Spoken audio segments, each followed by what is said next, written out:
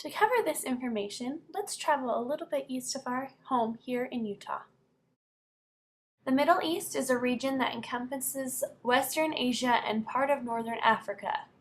The term is considered to be Eurocentric and is used as a synonym for the Near East. Islam is one of the top 3 biggest religions in the world.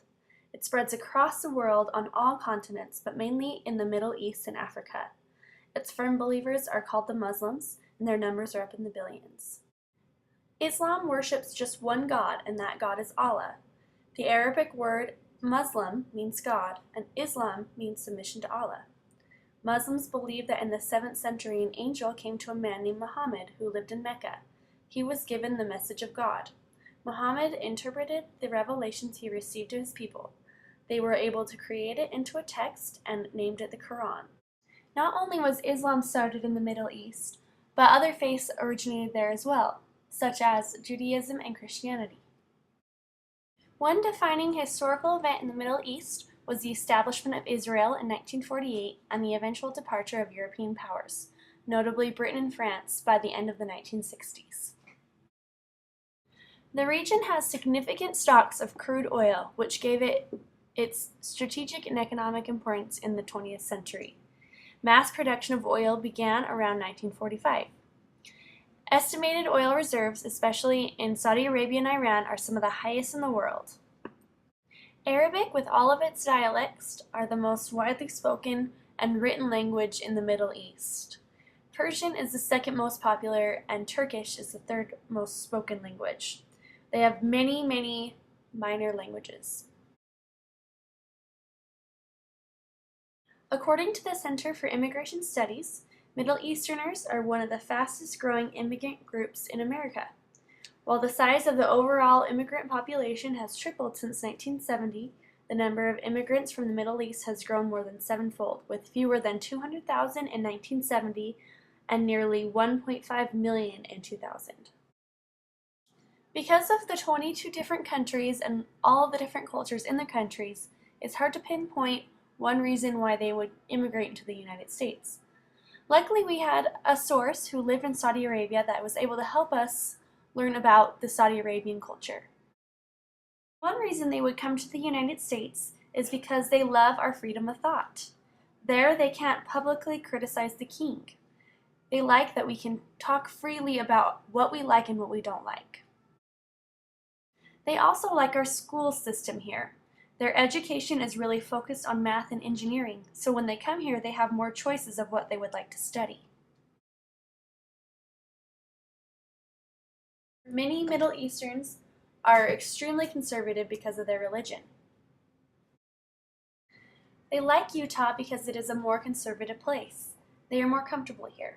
Many of their principles are symbiotic with the principles that are often lived here. Many Middle Easterners do not drink, and families are their number 1 priority in life besides their religion.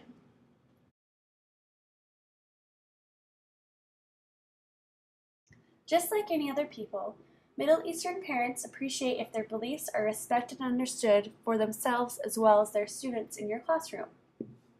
If the family is practicing Muslims, they must pray 5 times a day facing Mecca. This means that the student in your classroom will have to pray in school. The teacher should designate a place where the children can go pray each day. There is a huge sensitivity about their religion, so the teacher must tread lightly and kindly allow the student to go whenever needed. One thing American teachers may not know about is that touching a child on the head is seen as disrespectful. Their head is seen as one of the holiest parts of their body, and we should not touch the top of their head.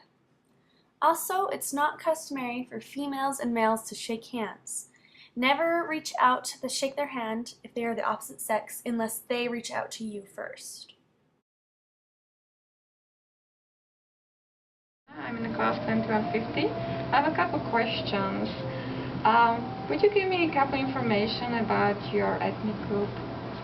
Well, I am from Africa, a country called Sudan, and I am from the Dinka tribe.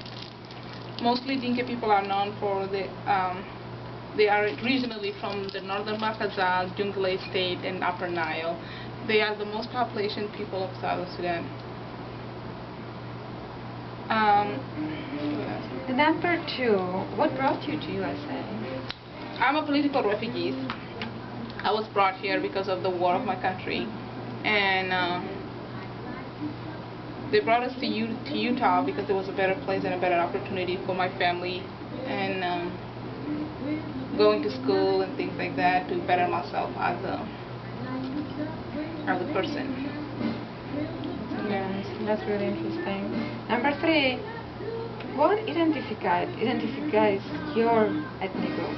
What Identify my Okay, what identify my ethnic group is basically our culture. It's so rare, like not a lot of people have them. We are known for the cow. We are the original cowboys, basically, because we follow the cows wherever we go. And It's we like are the India, tallest. almost like similarity. Yeah, we are the tallest people in Africa. Basically the skinniest of them all. That's like good runners too, huh? Yeah. Oh yeah. Yes, we are. And the last question, what would help me as a future educator to understand your culture? Getting to know people from our culture will help you a lot, because even though I was the younger when I left, so I don't know much about it, but the elders will actually understand it more and things like that. Yeah.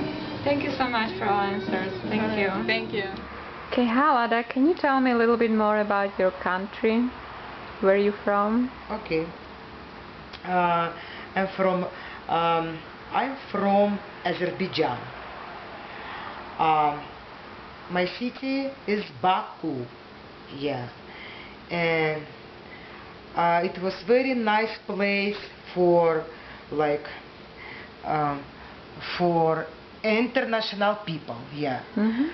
We I would say it has been friendly. Yeah, has been Mhm. friendly. Yeah, and Historical? yeah, it's yeah, that's a very old city. Yeah, but that's if I tell a really Muslim city. Yeah, Mhm. yeah, because 70% people they have Muslim religion. Yeah, Mhm. and 30% Christian and Yiddish, like Jewish? yeah, Jewish. Yeah. Mm-hmm. And I was born in Baku. It was 1965, and 1972 I went to first grade, yeah, and graduate 10th grade, because high school for my city is 10th grade. 10th Yeah, grade. yeah, 10th grade. Yeah, Mm-hmm. and but it was very nice time. It was socialism regime. Mm-hmm. I'm so sorry, but I like it. This Mhm. regime, I like it. Yeah, and after when I graduate my school, I husband went to college for 1 year for clerk office. Yeah, Mhm. yeah, and after when I graduate college, yeah, I has been work for some for someone bigger institute, yeah, engineering institute, yeah. But I has been work for office, yeah, clerk As a office, clerk. yeah. What language do you Yeah, speak in your yeah. country? My language, like I'm Armenian from a really Muslim country, but my education is Russia, because Mhm. I graduate 10th grade, yeah, Russian, just Russian language, yeah. And the first my language is Russian, and the second one my language Armenian, and my fifth language Azerbaijanian. Yes. If I have a student from Azerbaijan, Yeah. how can I, as a teacher, help this student? What can I do to help him or her Yeah. to get used for USA? How can I help student coming from your home country? Okay. I can tell you, people from Azerbaijan, very nice, very warm Warm, people. Yeah, very warm. Yeah, and international people. And if you can talk, you can talk in English. Yeah, because now. 50% people, younger people, yeah, from Azerbaijan, they have speak the English language, and they have understand English, yeah. So how about children? Children, I think it's better if you have to speak English, yeah. Mm-hmm. Yeah. Now, last question. Why did you come to Utah? Because you are a refugee. Yeah, refugee. Yeah. I'm a refugee. Yeah, I got a refugee. Yeah, I had war. Yeah, between Muslim people and Christian. Yeah, it was big war. Yeah, everybody each other kill. Yeah, and. This lesson focuses on the Muslim holiday Ramadan. It's for grades 6 through 8. The first objective for the lesson is that students will recognize the differences and similarities that we have with our religions. The second objective is that students will recognize the diversity among the world religions. The last objective is that students will show understanding of the discipline and willpower that is necessary for Ramadan. Some resources needed for the lesson are a video on the holy city Mecca, a map to show where the religion exists, and computers to see where Ramadan is practiced. In order to teach this lesson, teachers obviously have to know about Ramadan. Ramadan is one of Islam's most important holidays. It's in the 9th month of the Muslim calendar, which is about 30 days long. The toughest part of this holiday is that you have to fast for 1 whole month. While you fast, you cannot eat or drink anything from sunrise to sunset. All the kids that are at least 12 years old are expected to fast. Ramadan is a time to spend with family and give thanks to the Quran. It is a time to give back to the poor and practice self-discipline. First, we need to find out what the students know about Ramadan. We could ask them singly, and then also we could put them in heterogeneous groups to discuss what they do or do not know about Ramadan. Next, we need to introduce Islam and the Ramadan holiday. We can show them videos about Mecca, such as this one, or other like videos on the web.